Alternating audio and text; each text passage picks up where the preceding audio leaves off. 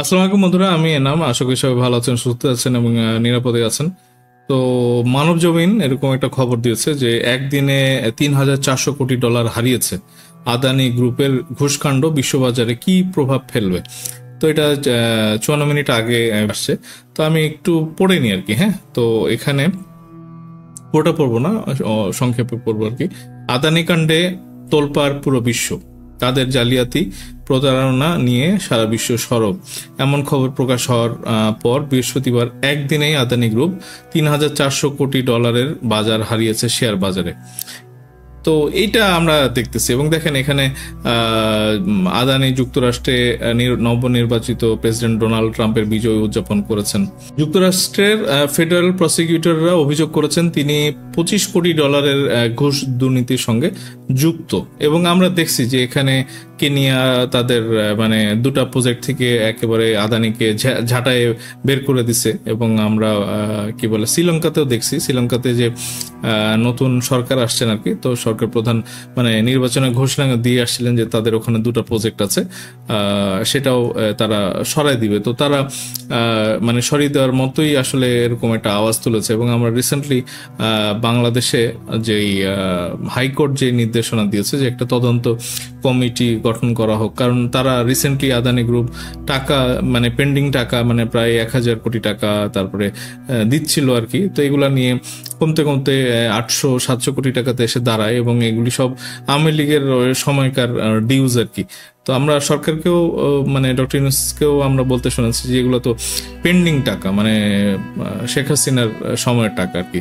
তো এইটা আদতে দেওয়া ঠিক হবে কিনা, মানে ডক্টর ইউনূস নিজেও বলতেছে যে একবারে না দিয়ে আসলে ফ্র্যাকশন মানে ভেঙে ভেঙে দিচ্ছেন আর কি। তো যেহেতু হাইকোর্ট একটা দাবি জানিয়েছে যে তারা তদন্ত চায়, তো এই মুহূর্তে আসলে আদানি অনেক প্রেসারে আছে।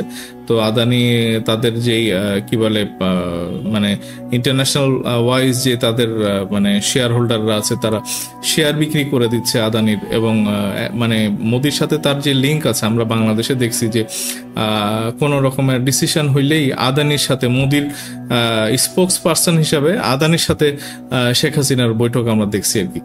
তো দেশের যে অরাজকতা এটা সৃষ্টির পিছনেও আদানি গ্রুপের অনেকের মতে হাত আছে। মানে বাংলাদেশের সেফটি, সিকিউরিটি এবং স্বাধীনতা সার্বভৌমত্ব যেন বিঘ্নিত না হয়, সেটার জন্য আসলে অনেকের দাবি যে আদানিকে বাংলাদেশ থেকে বের করে দেওয়া আর কি। তো সেখানে খুব তড়িৎ বেগে মানে অতি দ্রুত সময়ের মধ্যে হাইকোর্টের যে মানে অর্ডার আর কি, যে একটা তদন্ত কমিটি দিয়ে এটা একটা মানে খুব নিশ্চিত রূপে তাদের তো অনেক অবৈধ কাজ আছে বাংলাদেশে, ঘুষ কেলেঙ্কারি থাকতে পারে এবং সেখানে শেখ হাসিনা বা মোদির কানেকশনও আমরা দেখতে মানে পারি আর কি।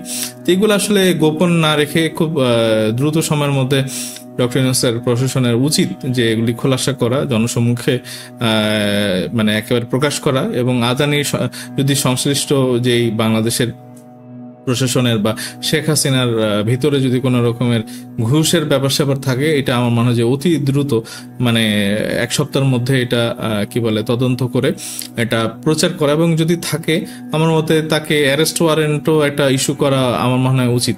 আমেরিকা যে সাহস দেখিয়েছে সেটা বাংলাদেশের মানুষ বা বাংলাদেশের আদালত দেখাবে, এটা আসলে জনগণের একটা প্রত্যাশা। এবং আমরা চাই যে আদানির মতো যারা যেসব কোম্পানি আছে ভারতের, তারা তাদের যে কার্যক্রম সেগুলো একটা মানে স্ক্রুটিনির মধ্যে নিয়ে এসে পর্যবেক্ষণ করা উচিত। এবং আদানির মানে অন্যরা আদানির পথ অনুসরণ করছে কিনা এটাও খুঁজে বের করে তাদেরকে আসলে আইনের কাঠগড়ায় নিয়ে আসা উচিত আর কি। তো আমার মনে হয় যে বন্ধুরা, গৌতম আদানির এশিয়ার শ্রেষ্ঠ ধনী আমরা দেখতেছি, কিন্তু আদতে তারা বাংলাদেশের মধ্যে থেকে চুরি চামারি ডাকাতি সব করে তাদের বিজেপি সরকারকে মানে শক্তিশালী করেছে এবং বারংবার তাদেরকে জিতিয়ে নিয়ে আসছে। তো ভারতেরও উচিত, ভারতের মানুষের উচিত যে আদানির মানে বিচার চাওয়া এবং আদানিকে অ্যারেস্ট করা, এবং সাথে সাথে বিজেপির মোদিরও বিচার চাওয়া উচিত আর কি। তো মোদির নিশ্চয়ই এগুলোর মধ্যে কানেকশন আছে এবং ভারতে যদি এইসব ঘুষ দিয়ে থাকে তো আমার মতে মোদি সরাসরি এগুলোর মধ্যে জড়িত থাকতে পারে আর কি।